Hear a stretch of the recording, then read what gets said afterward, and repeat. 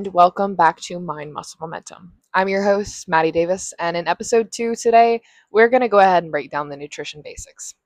If you've ever felt overwhelmed on what to eat, when to eat, or how to even start clearing up your diet, this episode is going to be for you.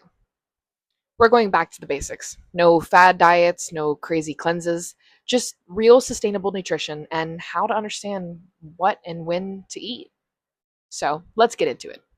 To start off, we first need to understand why nutrition even matters.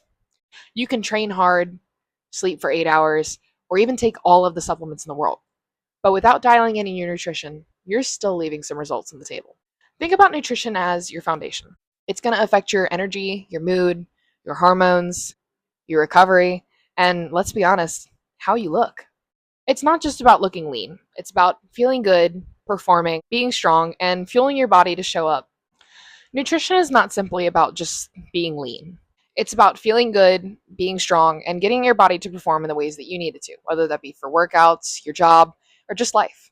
And one thing that I'm going to drive home throughout this entire episode and constantly throughout this podcast is that nutrition isn't a punishment. We don't need to take everything away or have certain cheat days or punish ourselves with our nutrition. And once you have a good understanding of that, you start to understand that nutrition is power.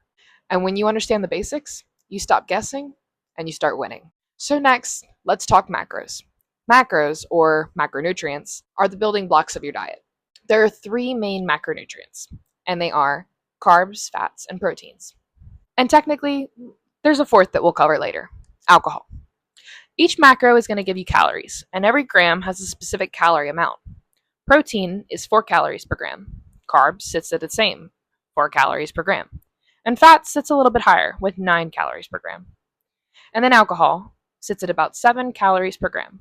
And we'll talk about this one a lot more in future episodes. These macronutrients matter because your total calories determine whether you're going to maintain, lose, or gain weight. But how you distribute these calories throughout with macros, this is going to shape your body composition. It's going to affect your energy levels, your hunger, and your performance. So let's talk about the first one, protein. Protein is what I like to call the builder. Protein is going to help us repair and build muscle. It's going to keep us satiated, and it's going to help boost our metabolism. This is due to the thermic effect. So hold on, let's talk about that for a second. Basically, your body is going to have to work the hardest to break down protein. And therefore, as it's working harder, the thermic effect, our body is going to literally get hotter as it's having to work harder to break down protein. Therefore, we are burning more calories by eating protein because it's harder for our body to break it down. So some quick sources just to kind of give you a general idea of what we can find a lot of protein in is chicken, eggs, fish, Greek yogurt, or even whey. And this brings us into protein powders that people utilize to go ahead and help them meet those protein goals. And we'll discuss this a little bit later. A good target for most people to have is about 1 to 1.5 gram of protein per pound of body weight. If you're an athlete or if you have a super active job, you may even shoot a little bit higher than this. So, for example, if you weigh around 170 pounds, our recommendation is going to be that you get around 170 grams of protein per day. The next macro that we're going to discuss is carbohydrates. Carbohydrates, or carbs, are going to be our body's main energy source. Carbs are going to help us fuel our brain and our workouts. They're going to replenish the glycogen stores once we use them all up. And they're going to support mood and recovery. Some well-known sources of carbs include rice, oats, fruit, potatoes, and even pasta and bread. Generally, the recommendation is that carbs are going to sit around 40 to 60% of your intake. But I'm going to stress that carbohydrate intake is going to be heavily dependent on your activity level. If you're a highly active individual with a very busy job, or potentially an athlete or a collegiate athlete, where you're moving around a lot, burning a lot of energy, you're going to need a higher intake of carbohydrates compared to someone that sits at a desk all day and doesn't really move around much. The last macronutrient to be discussed is fats. I like to refer to fats as the hormone helper. Fats are quite literally going to help support hormones and brain function. They're going to aid in nutrient absorption, and they're going to help keep us satisfied. Some good sources of this include avocado, olive oil, nuts, seeds, and even salmon. Fats are going to sit around 20 to 35% of your total intake. And then lastly, there's alcohol. It's not a macro in the nutrient sense, as it doesn't really provide us any nutrients, but it affects everything from hormones to sleep to even hydration. We'll go deeper into how to handle alcohol and how to fit it into your fitness journey in later episodes. But first, we're going to talk about how to build a balanced meal. Okay, so now that we have a general understanding of what macronutrients are, how do we put them together on a plate? Here's a pretty basic meal formula that I personally love to keep things really, really simple. Of course, this is what we would call kind of a cheat sheet. It's a general rule of thumb. Obviously, individuals are all going to be different, and playing around with your macronutrients to see what works for you is what is going to be the absolute best. However, these are the kind of general recommendations that I would use in order to get started. We do around one palm size to full hand size serving of protein. I technically end up doing a little bit more because the higher protein diet works a whole lot better. I'll do a full hand sized serving of protein for most of my meals. Then we do around 1 to 2 fistful of carbs. Typically, I sit a little bit lower on carbs. Again, this is going to be highly dependent on the amount of activity I'm doing in a day. My carbohydrates will literally range from day to day, depending on how much I'm doing, what kind of workout I'm completing, and whether or not I feel like I'm energized or not. Then, lastly, they say around 1 thumb of healthy fats. Personally, I'm scooping a half to a full avocado onto my meals, and one thing that I want to stress is that fat does not equal fat on the body. Fats are going to help keep us satiated. Fats are a great addition to a meal as long as we are eating the right fats. A real life example of this kind of rule of thumb, kind of cheat sheet thing that we just went over would be grilled chicken, a sweet potato, some steamed broccoli, and a drizzle of olive oil, or even half of an avocado, like we talked about earlier. It's simple, it's balanced, and it's done. It doesn't have to be Pinterest worthy in order to be proper fuel. A quick bonus to generally understanding timing of protein and timing of new meals around our workouts is that before our workout, we typically want to get in a little bit extra carbs so that our glycogen stores are topped off and ready to complete our workout. Pre workout, we would typically have a higher carb with a little bit of a protein. So, banana and a protein shake, toast and eggs. This is highly dependent on the individual and what your stomach can take. Personally, I like to train fasted in the morning, and we will discuss later on the benefits of training fasted.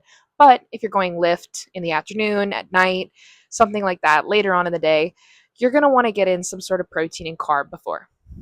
Then, post workout, our typical recommendation is that following the 30 minutes after your workout, within those 30 minutes, we want to make sure to get a high amount of protein and a little bit of carbs.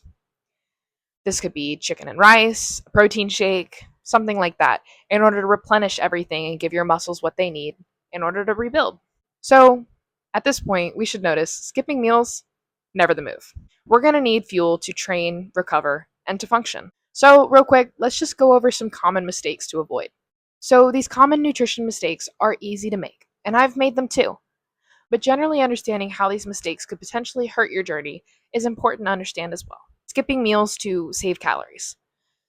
Skipping meals is typically going to end up leading to a binge. It's also going to seriously mess with hormones and slow down your metabolism. A lot of people fall victim to thinking that less food is going to equal more results. Instead, your body can't run on empty. Fuels are required for performance, progress, and energy. A lot of people like to demonize certain foods, including bread, sugar, dairy, and no food is necessarily going to be inherently bad, unless you're allergic to it. Instead, it's all about quantity, balance, and context. And a lot of people struggle with thinking it's 100% or nothing. And this is something that I personally struggled with for years. Now, generally, I like to preach what is called the 80-20 diet. The 80-20 diet consists of mostly whole nutrient foods, but there's also space for all of your favorites. Yes, even the Chick-fil-A fries. Then, lastly, we're going to quickly discuss water and micronutrients. Obviously, we know that a large portion of the human body is made up of water. Water is going to help boost energy, help with digestion, and mental clarity. Dehydration is going to kill performance. The goal in water weight is to get about half of your body weight in ounces. So if you sit around 170 pounds, like the example used earlier, you're going to want to get around 85 ounces of water per day.